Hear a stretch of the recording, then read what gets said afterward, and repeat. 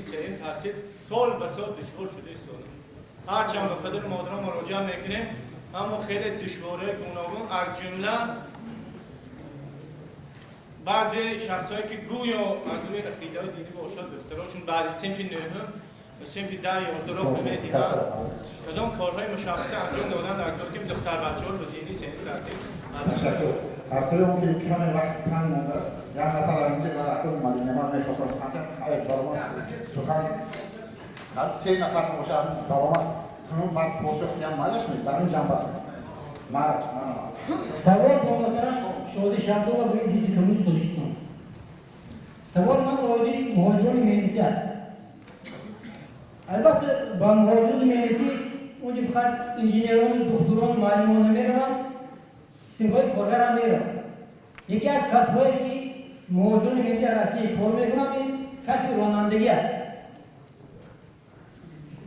در مدت 2 سال 3 سال من در فدراسیون رسمی بودم مردم تاجیک رو به حوزه رانندگی تاجیکستان عموما کارگردان نمیموندند پیش از حوزه کنه بود این گفتن باز 2011 از بندروه و حوزه نفت دادگی اینا به کار نمیروند مردم رفته از جمهوری قرقیزستان 400-500 دلار حوزه رانندگی میخرند حوزه رانندگی قرقیزستان ارمنیا بیرون گپ نمیگوید اما در این تاجیکستان نه این سوال من نیست برادر این سوال هزارها مردم مهاجر نیاز دارد نیاز برای چی دولت تاجیکستان حوزه رانندگی مجدنرادی بین المللی نمیگوید که مردم رفته کار کنند سوالی که داشت از ماه ینور ما 2 ماه خواب رفتیم مشتر برده مقطع میکنن 30,000-40,000 اشتراک میکنن این یک دیسکل سامانه است این چی میگوید به کی سوال دادن نمیدونید مهاجرت مهنتی یگان چیزی اینجا داره رفت دادن مراجعت کنند دیگه کارخانه یگان نیست التماس همین چیز شما همچون حاضر دیپوتر هستید بودی رسونید این یک چیزی بیازنی مجموعه مهنتی است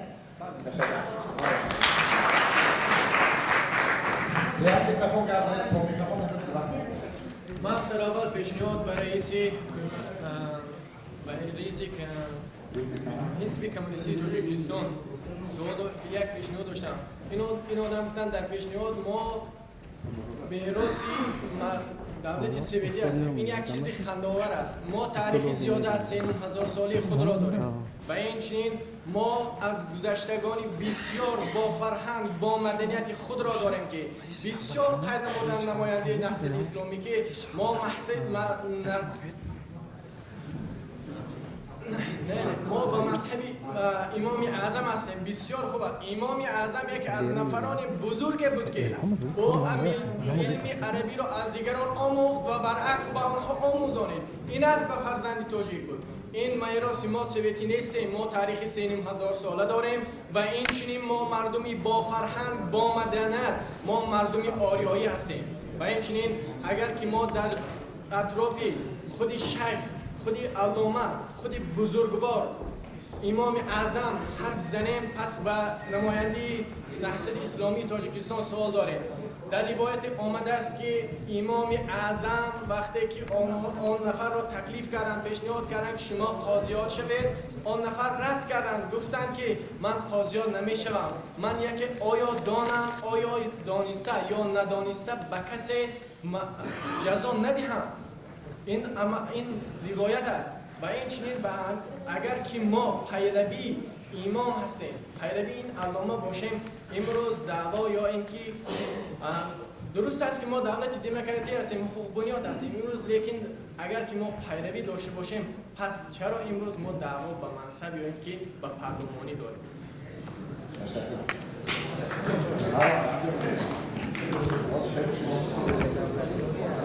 جناب شهردار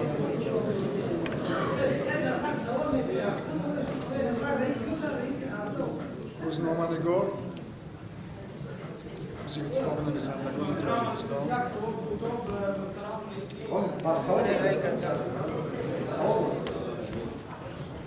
حزب شما ما و شما پرورده زمان شوروی هستیم حزب شما برای خلق خدمت‌های بسیاری کرده است و اما اون وقت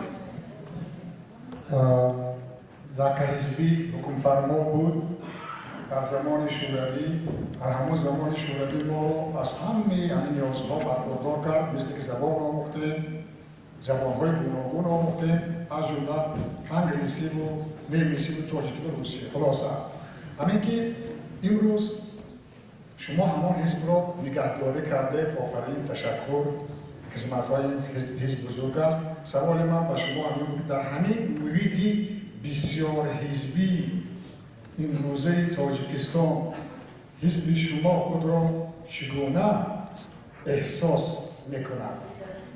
دیگر سوال به جناب عباس، البته من در عمومیت گفته شدم که وقت شما رو نگیرم و من اندیشه ما همین است که امروز کارها رو گفتن آسان اما کردن خیلی مشکله. بخصوص وقتی که تاجیکستان مشکل‌های زیادی داشت که می‌دونم که از اختلاف عقیده و نظر ما و شما پیدا شد. پدر در خانه عقیده‌اش دیگر، فرزند در خانه عقیده‌اش دیگر، نهایت کار به جای رسید که فتنه‌ها در تاجیکستان برخاست و این پیشرفت ما رو 10 ساله‌ها 100 ساله‌ها به قفا پرداخت. و اما خوشبختانه امروز کارهای بسیاری مثل شکافتن کوه‌ها، راه‌ها و اینها شده ایستاده است. و البته حزب نهضت اسلام مثل حزب کمونیست بودیم بسیار هم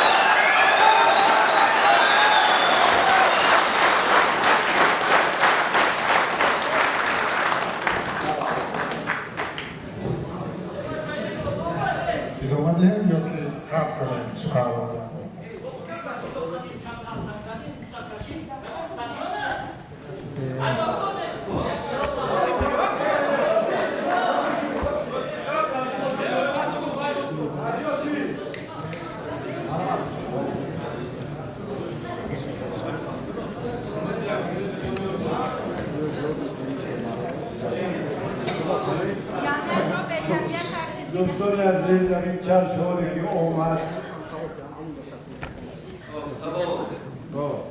این سوالا را سیاسی کشور برآمد کردن، آیا آنها راضی هستند که نماینده عادی‌ترین حزب خلقی دموکراسی تاجیکستان در نزد آنها برآمد کنند؟ اگر نه، برای چه؟ سوال دوم خوب میشد که نمایندگان هر دو حزب هم عقیده خود را آینه پیام سرور کشور بیان می‌کردند. ما جواب میدیم در دومان در سوال شما. اول راه پیشگیری افراطی نشدن جوانان است. این واقعیت است. اکنون که ما باید اعتراف کنیم حتی بعضی‌هاش هم دیدن در همون جنگ‌های سوریه و ایران و ما جواب ما همین است. مشخص دو کار کرده رو در سه کار. یکم یک جوان خونش پرداخته رفته جبهه احتمال گرفته جان خدا در کف دست نمیمونه، یعنی احوالش بد بود است که رفت محتاجی سطح محتاجی جوانی رو برداشتن از بند بردن و اونها را صاحب کار و صاحب کسب کردن. یک دوم سطح دانش اونها را دانش منم گفتم جوانی که دانش ندارد مذهب خود از مذهب افراطی فرق کرده نتونه او میره و دیگر از هر کس هر کس میدور انا یک پیدا شده از خودش پیغمبر میگه خودی در جلو در تلویزیون دیدیم او سردار تیمورخان دیده شما از پشت او چندین مرید دیگر رفته به اصطلاح مرید در کویچکا لیکن آدمای بسواد میرود از پشت او نمیرود جوانایی که سواد داشته باشد نمیرود همون سو. دوم سوال دوم همین مسئله احساسات خودمون در حضور حزبای دیگر. انا ما من اسماعیل دو وکیل از پارتی کمونیستی، دو وکیل دیگر نهضت اسلام کبیری برادر محمد احترامات بسیار داریم. خودمان درست اسم میکنیم، یک احساساتی خیلی تشویش نداریم. بسیار وقتا یک خیلی آواز میگیریم در یک موقع هستیم، اینم پوشیده نیست. حزب خلقی دموکراتی هم بسیار وقت مورد نظرگیری میکنه. سیوم سوال کوتاه جواب میکنه. امین مسئله راننده ها تا وجود دارد این پروبلم، شما خودتون جوابش دادید. ارمنستان استاندارد رسمی خطی حجت رانندگی میتیاد چون وارد شده است. قرقیزستان هم استاندارد رسمی خطی حجت میتیاد. قزاق هم استاندارد رسمی خطی حجت رانندگی میتیاد. ما حاضر همون استاندارد نداریم، نکردیم حاضر.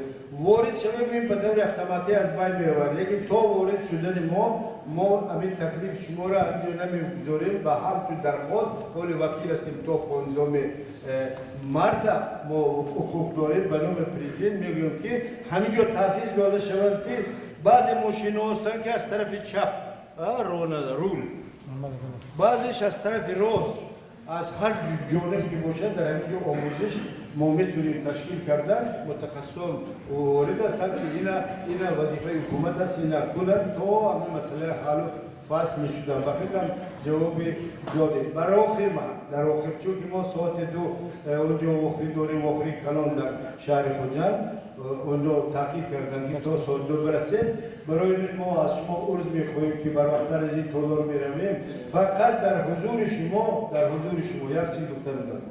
انا از در بسیار حزبی این نورالله آخرو از پارتی خلقی دموکراتی در پهلوی ما میشینن.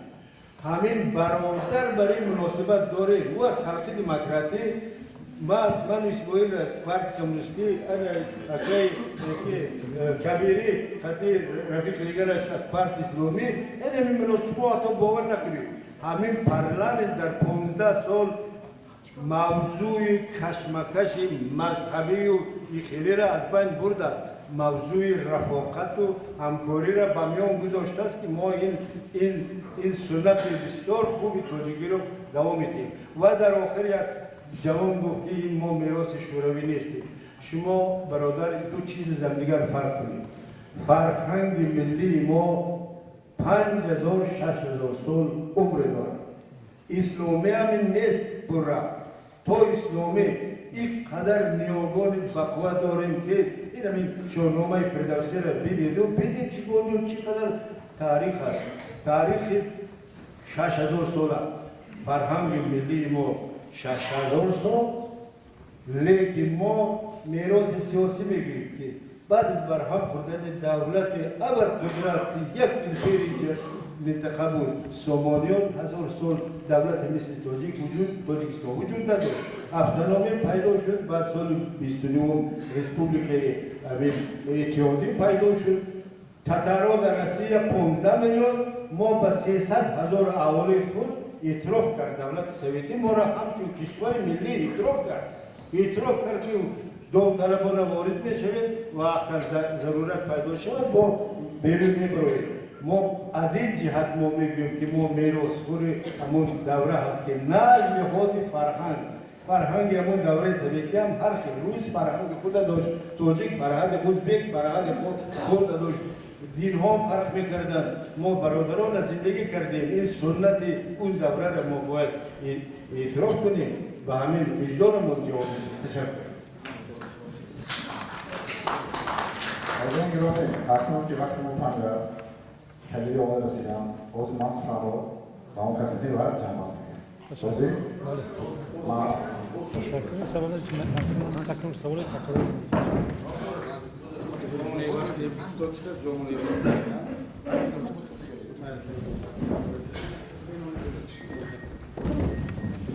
بنام خداوند بخشنده و مهربان، همگرانی عزیز، برادران محترم، مادران گرامی‌قدر و همکاران بسیار عزیز و گرامی‌ام شادی شفدال و اسماعیل طلبک و مسئولین ناحیه مسجد، پیش از همه از یکی شما عذر می‌پرسم که در این ملاقات دیر کردم و قرار بود که این صبح با هواپیما بیایم، ولی متاسفانه پرواز دیده لغو شد، بیکار شد و مجبور شدیم که با ماشین بریم. خدا رو شکر میگم که در این لحظه های آخری ملاقات هم باشد در خدمت شما هستیم. وقت زیادی شما رو نمیگیرم چون از روی آداب نیست که هم دیر کنیم و هم طولانی صحبت کنیم. من باوری کامل دارم که همکاران من چه وکیلان مجلس نمایندگان و نامزدهای نوبتی و چه نمایندگان حزب ما از اون جمله داملا عباس که بسیار یک شخصیت هم فرهنگی و هم سیاسی هستند با شما درباره ماهیت انتخابات، برنامه‌های حزب‌های سیاسی و نامزدها مفصل صحبت کردم و من هیچ ضرورتی تکرار کردن رو نمی‌بینم. یک نکته که می‌خواستم خدمت شما عرض کنم این است که این انتخابات سال 2015 که یکم مارس 2 هفته بعد برگزار می‌شود فقط یک مرحله سیاسی هست، یک چاره‌بینی سیاسی هست که رأی مردم رو معین می‌کند که کدام حزب یا کدام نامزد در بین مردم چقدر محبوبیت دارد، جایگاه دارد. اگر به شرطی که انتخابات شفاف گذارد و رأی مردم از روی عدالت و قانون و از روی انصاف و وجدان حساب کرده شود. از این بیشتر دیگر انتخابات یگان ماهیت دیگری امنیتی و نظامی و سیاسی و مثلا اجتماعی ندارد که بعضا احساس می شود که هموطنان ما در شب و روز انتخابات اونقدر مسئله را داغ میکنن، تیز و تند میکنن که گویا که در یک نبرد سیاسی باشند. دهها تقسیم می شود، اولادها حتی تقسیم می شود، ناحیه ها مردمش تقسیم می شوند. یکی پلاکت دیگر رو میکند، ورقه تبلیغاتی رو میکند، یکدیگر رو تحقیر میکنند، یکدیگر رو تنقید میکنند. برادران عزیز، همدیران محترم، این چاره‌بینی سیاسی است. چرا اینقدر عصبانیت و اینقدر یکدیگر رو تحقیر و توهین کردن ندارد؟ من شاهد از صحبت‌های برادری بزرگوارم شدم، همکار عزیزم شادی دولتی که گفتن که در مجلس نمایندگان ما همه دوست و رفیق هستیم. بله؟ کشمکش نیست. اونجا کشمکش نیست. حتی اگر بحث هم که باشد ما بسیار بحث‌های سیاسی داریم. کس این با من راضی نمی‌شود. من به فکر این کس راضی نمی‌شم. چندین بار بحث‌های تیزتون میشه. ولی این همه در چارچوب فرهنگ قانون است. من بسیار خواهش میکنم از شما که شما واقعا مردم تاجیک مردمی با فرهنگ است و مردم مسجد هم که از نمایندگان قدیمی اصیل تاجیکان هستند نباید فراموش کنیم که فرهنگ والای سیاسی تقاضا میکند، طلب میکند که ما با یکدیگر برادر باشیم، دوست باشیم. بعد از 2 مارس که انتخابات روز یکم تمام میشود همه شما باید مسجدی و برادر و همسایه و دوست و رفیق باقی خواهید ماند. ما میرویم، ما سیاستمداران دوشنبه میرویم، این جلسات تمام میشود. امروز باید کار کنیم که فردا با چشم یکدیگر نگاه کرده توانیم. وقتی همسایه رو میبیند نگوید که برای انتخابات شده، برای کبیری شده، برای شبدال شده، برای نماینده حزب خلق دموکراسی شده، شما با من دغلی کردید، پلاکت ما رو کندید، ما رو جا ندادید یا ما را اجازت ندادید که سخن بگیم. این همش تمام میشود. پرزیدنت جمهوری تاجیکستان محترم امامی رحمان در پیامشون اینجا یک سوال دادن برادر که نسبت پیام چون وقت نیست که مفصل صحبت کنیم، فقط همین نکته که به انتخابات ربط دارد همین رو میگم که یک جمله بسیار خوب گفتن که این انتخابات باید که عامل وحدت و ثبات کشور شود. این چه معنی دارد؟ اگر ما میخوایم واقعا همین انتخابات ما را به وحدت بیشتر بیارد، دوستی و برادری مردم را مستحکم تر کند، باید فرهنگ سیاسی و قانون رو رعایت کنیم. اگر فرهنگ سیاسی و قانون رعایت نشود مطمئن باشید یک نفر را شما 80% اعلام کنید، نفر دیگر رو ممکن 5% میتید، منظورم مردم آواز میتید، یا کمیسیون انتخاباتی هر رقمی رو که اعلام کند مردم حقیقت رو میدونن. از مردم حقیقت رو هیچ کس پنهان کرده نمیتونه. شما کدام صفر رو رقمی رو اعلام میکنید مردم این رو در دلش میگیرد، میدوند. بنابراین همین من از همه شما خواهش میکنم بخصوص از کمیسیون انتخاباتی، از مسئولین، از اعضایان حزب نهضت اسلامی تاجیکستان، برادران و خواهران عزیز، کسانی که حرف من برای شما قدر و ارزش دارد، خواهش میکنم به قدر این صلح و ثبات و امنیت برسیم، یکدیگر رو احترام کنیم. اگر مسئول وظیفه‌دار امروز خب دیگر طبیعت منصبدار و وظیفه‌دار هممون میدونیم، گاه ما هم این حرفا رو میشنویم. گاهی اگر زیاده روی شد یگان احساساتی شدن آنها رو ببخشیم چون آنها مسئولیت دارند. فکر میکنند که اگر حضور ما 2 ورقه زیاد پهن کردیم یا دو سخن زیادتر گفتیم شاید که وضعیت به هم میخوره. بنابراین یکدیگر رو تحمل کنیم. ما هم در خدمت شما هستیم.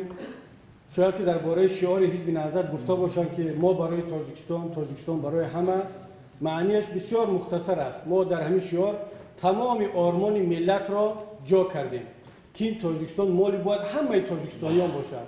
مسجاهی، فیض‌آبادی، بدخشانی، کلابی، حصاری باید همه احساس کنند که این تاجیکستان مال همه ملت است. به یگان حزب، به یگان گروه، به یگان بیزنسمن، به یگان اولاد و شخص تعلق ندارد که یک کس بنازد که من این را ساختم، من این را کردم یا من از دیگری قوی‌تر هستم.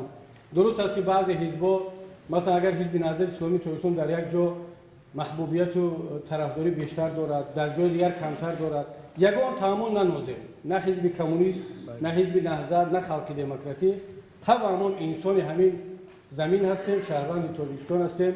خداوند یکی ما را موفق و سربلند بگرداند. این وطن و کشور عزیز ما را در سایه استقلالیت و رهبریت، در سایه پارلمان یگانه همیشه نگهبان باشد.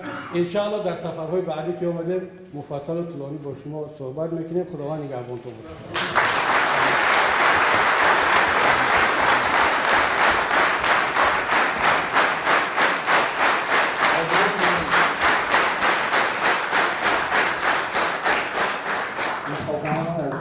در جریان گذرانی تدبیرهای پیش از انتخاباتی لحظه نباید فراموش کرد که همه ما برای فردای دولت و ملت، صلح و ثبات، وحدت ملی در مجموع برای آینده درخشان تاجیکستان و بلند برداشتن اعتبار عبوری آن در عرصه بین‌المللی مسئول میباشیم. شبهه نیست که انتخابات در پیش داده و مقامات نمایندگی مثل دیگر چهاربیان سیاسی در کشورمان برگزار شده باز یک عامل مهم تحکیم وحدت ملی، سرجمعی خلق تاجیکستان و بالایی آبروی کشورمان همچون دولت دموکراتیک و حقوق بنیاد و دنیوی تبدیل خواهد یافت. با همین چهاربین امروزه را پوشیده اعلام نموده به شما کنسیتی و خانواده را تمام